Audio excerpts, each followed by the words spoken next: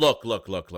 Rookie camp is upon us, and we got to talk about some of the undrafted free agents from the Philadelphia Eagles, so let's get into it.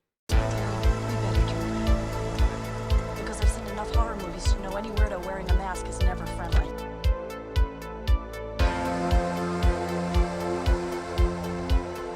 Yo, what's going on, guys? I hope everyone's having a fantastic day today. So I'm going to go over some, obviously, news for the Philadelphia Eagles. We're past the draft now. Now we get into rookie camp, and we get into some of the undrafted free agents, the tryout players, all that great stuff. You know, invitations to specific players coming in to, to work out for the Eagles and stuff like that, which is great.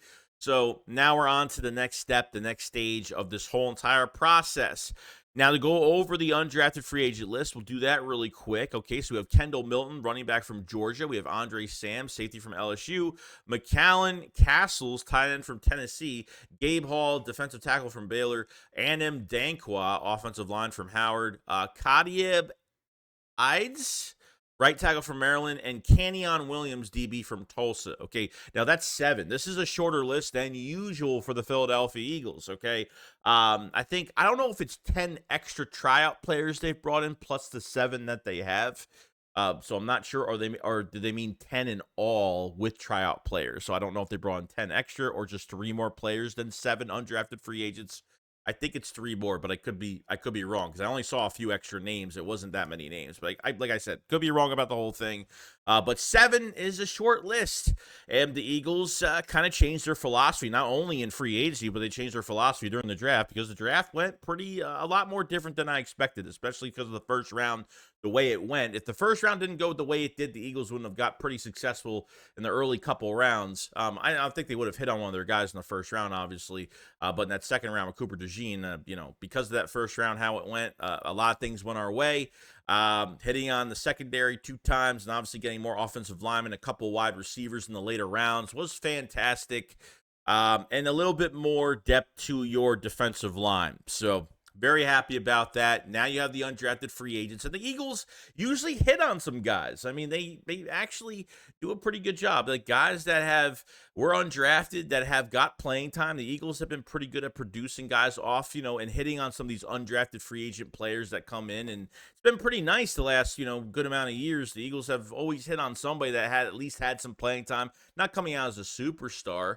At times, but you have some guys going into other, TJ Edwards and some other guys that, that have got playing time, Jack Stahl, and, you always get guys from this list that maybe can really do really well for you. So, now I want to go over first on the list is Andre Sam, safety from LSU. Now, it really comes down to consistency, why some of these guys aren't drafted, and the speed of the game. Are these guys even ready at this point that have shown a lot of flash, but just haven't really got enough interest, or the statistics don't really support them in their cause?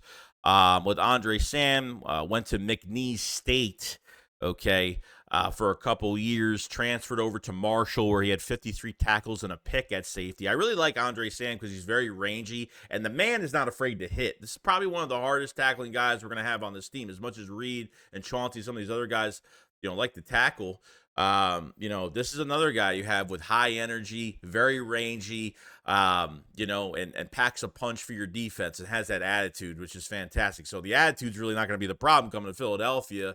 It's consistent play, because the last year he was with LSU, it was like 83 tackles and 3 picks. They had his best year, so he got better every year. Transferred to 2 schools.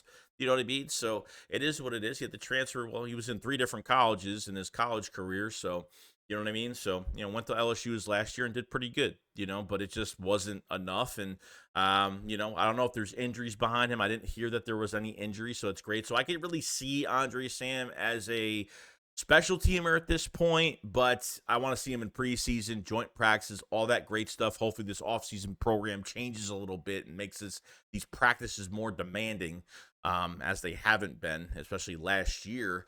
But look, you have Chauncey Gardner-Johnson, you have Reed Blankenship that has another year left on his deal after this year, 1 more year left, And you have Cooper DeJean. I mean, I'm going to guess there if they're putting him at that position. So another safety coming in as a role player type guy. If, he pans well, you could keep 4 safeties if that's the way you want to go, with Cooper DeJean being in there as well, if that's where they want to put him.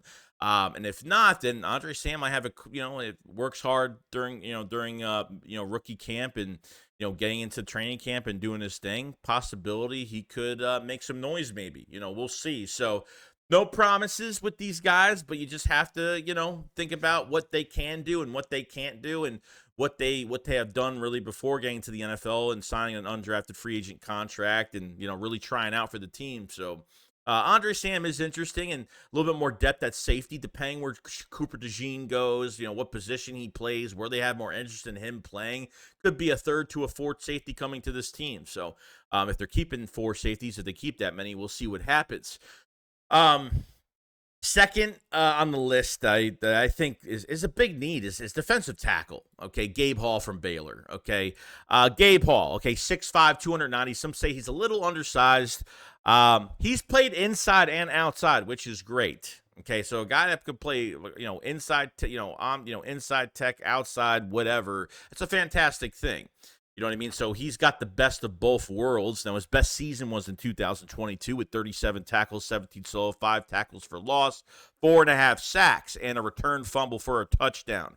Okay, the Senior Bowl, he looked pretty damn good. I think his pass rush was pretty. They did some of these pressure drills. He was facing multiple different guys from other colleges. He was getting pressure consistently, really good. So he kind of was sticking out to the Eagles a little bit.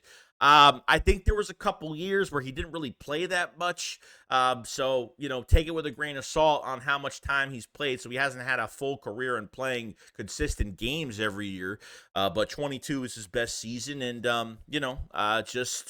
hey, the Eagles are going to get a chance. You lost Fletcher Cox. Okay. Is the depth perfect? I wanted more edge guys, and I think we got one. And obviously, Jalix Hunt, is I guess, Vic Fangio loves him. Getting another guy like Gabe Hall, see if he can play nose. I think they're gonna flaunt with him a little bit. They're gonna flirt with him a little bit, see what he could play, move him around a little bit, see where he's more comfortable, and then see what happens. But I think having more depth on the defensive line in a heavy rotation.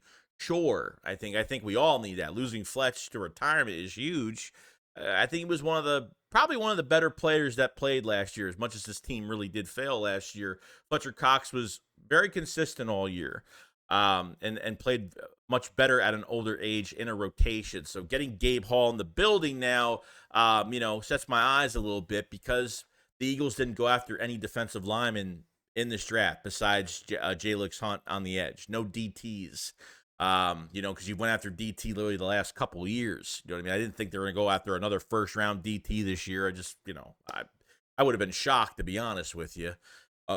I figured maybe depth on the defensive line later, which they did in the 3rd round, but no DT at all. So the more you bring in, the better it's going to be. And let's see what Gabe Hall could do down the line for the Philadelphia Eagles this offseason program. The last I kind of want to go over, and we'll kind of go back to the list for a couple minutes. Anim Dana from, I forgot what, Howard. This guy has, when Jeff Stalin sees an offensive lineman that has size, unrealistic metrics, and some athleticism, Stalin University, here we come.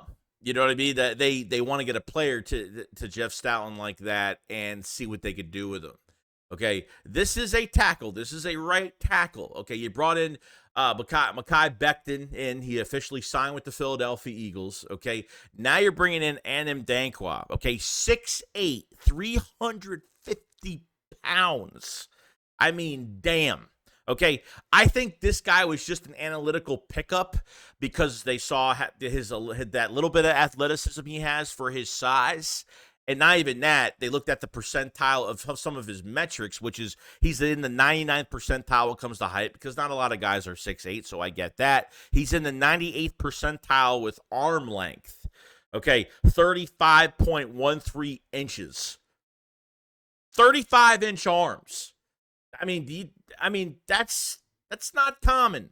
Okay, a guy at that size with that athleticism that has long arms like that. I mean, yes, as an offensive lineman, when you have shorter arms, you have to work more technique. You have to be more technique based. And yes, when you're a larger, bigger guy, pause. Sometimes you're a little clumsy. And I've seen guys at 6'8" to 6'11" and caught myself personally that are so damn, tall. They don't even know that they're not good at technique. Those guys don't last long too well, even in college. But this guy here, I know the Eagles just want to see what he could do. I mean, with the athleticism he has, like I said, the metrics, he's an analytical pickup for the Eagles. Okay. So bringing him in, on top of what you brought in with McMahon and some of these other guys, especially the couple from the draft that we drafted as well, more of inside center to guard type guys. And then, you pick up Becton as your swing tackle. And now Howard could, maybe try out for right tackle. Not for this year, obviously, but, produce this guy and see what he could do. If they want to keep him around, if they don't cut him, we'll see how much offensive line depth they're going to need and they're going to have here. But it's going to be really interesting. And like I said, I think this list is fantastic. And the more offensive line help you can get, the better it is. And the Eagles are always working offensive line. I love this because you don't have to go out in free agency and pay players nonstop. You want to reward players from to be here for years, and when you have multiple guys, especially some of our depth at offensive line, like you have guys, Sua Opeta, went somewhere and got paid, like other guys leave this room because Jeff Stoutland does a fantastic job. Isaac Samal got a job in Pittsburgh. I mean, can't pay everybody. But the Eagles locked up their left side of the line, and now we're kind of working that right side of the line back up again. And with Lane Johnson only here for a couple years, Jurgens as your new center, now you need to find out who's playing right guard, and which there probably is a competition at this point, and who has the ability to take over for right tackle in a couple years.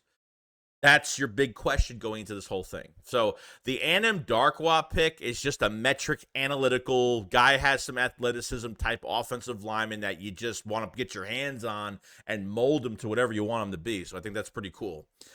And then going really back to the list, I understand I heard people were talking about Mallen Castle, the tight end from Tennessee.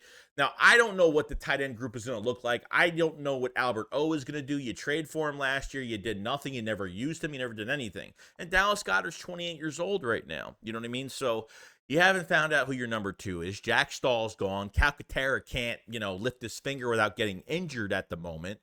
Okay? You picked up CJ, Asamoah? And he's a 31-year-old vet tight end, will probably be your number 2 this year. But I want to see what Albert O could do. Calcaterra, I'm kind of done with because he's just hurt nonstop, and it's just never going to stop at this point. Concussion, foot, toe, calf, shoulder. I mean, it just doesn't stop. So getting a guy like Mallen Castle, I haven't watched him at all. There were some fans raving about him, that he could be a steal as a nice rotation type guy. But we'll see what happens. We'll see what happens. And obviously, Johnny Wilson, the wide receiver that we drafted in the 6th, is going to be interesting, too, because they might even move him to tight end at this point. You know what I mean? There's a lot of rumors of him moving to tight end. Say, hey, you know what? If we're not going to use a wide receiver, he's athletic enough with his size to play at tight end. So I think we need to wait and see what the tight end group is going to look like. I think it's going to, behind Goddard, I think it's going to completely change. Completely change. Even that veteran tight end coming in, he might not even make the team. Who knows? You know what I mean? Who really knows? But I think this list is really good. It's a short list. It's short, sweet, to the point. The Eagles have a lot of youth on this defense, especially depth for competition. So I could see why they didn't have a huge list this year. If you missed out on certain positions or your free agency wasn't good, and the Eagles had a fantastic offseason so far. Now we have to get through the most important part, which is the coaching, which has been our number 1 problem. Good roster, bad coaching, and guys need to stay healthy too, which is a whole nother thing. So that's what I got to say on the free agent list as of right now. Now, before I end this video, and just want to grab your attention for a moment, the Philly Shakedown podcast has a website right now for merch. And there is a lot of great stuff on this site, guys. And we've been pushing out a lot of merchandise. People have been loving it. I mean, it's been absolutely insane. Go to the Philly Shakedown podcast website. This is the hot hand item right now. The Flying Frenchman, Cooper DeJean. is in Philadelphia. Make sure you pick up your Cooper DeJean t-shirt. We have an Axeman 2 shirt that matches with a hat as well, so definitely get the hat that goes with it. And our brand new Axeman Jr. t-shirt right now is brand new, just came out yesterday, so definitely check that out too. And if you want to get a generic regular Philly Shakedown supportive t-shirt, it is there too as well. So I want to appreciate everybody for checking out the merch the last few days, and just, giving your, honest opinion on it, and you're just checking it out in general. We do appreciate it so much with all that great stuff. So you guys enjoy the rest of your day, and I will see you guys on the next one. Let me know in the comment section below what you guys thought of the undrafted free agents. Am I missing anything? Is there anything more? Or maybe there's a player that's on this list that you really like a lot that I'm not liking too much, but maybe you have more information on some of these other guys, that may make some noise. We'll see. You guys enjoy the rest of your day, and I'll see you guys on the next one. Shakes it up, false side. Peace out, guys. Hey, peace.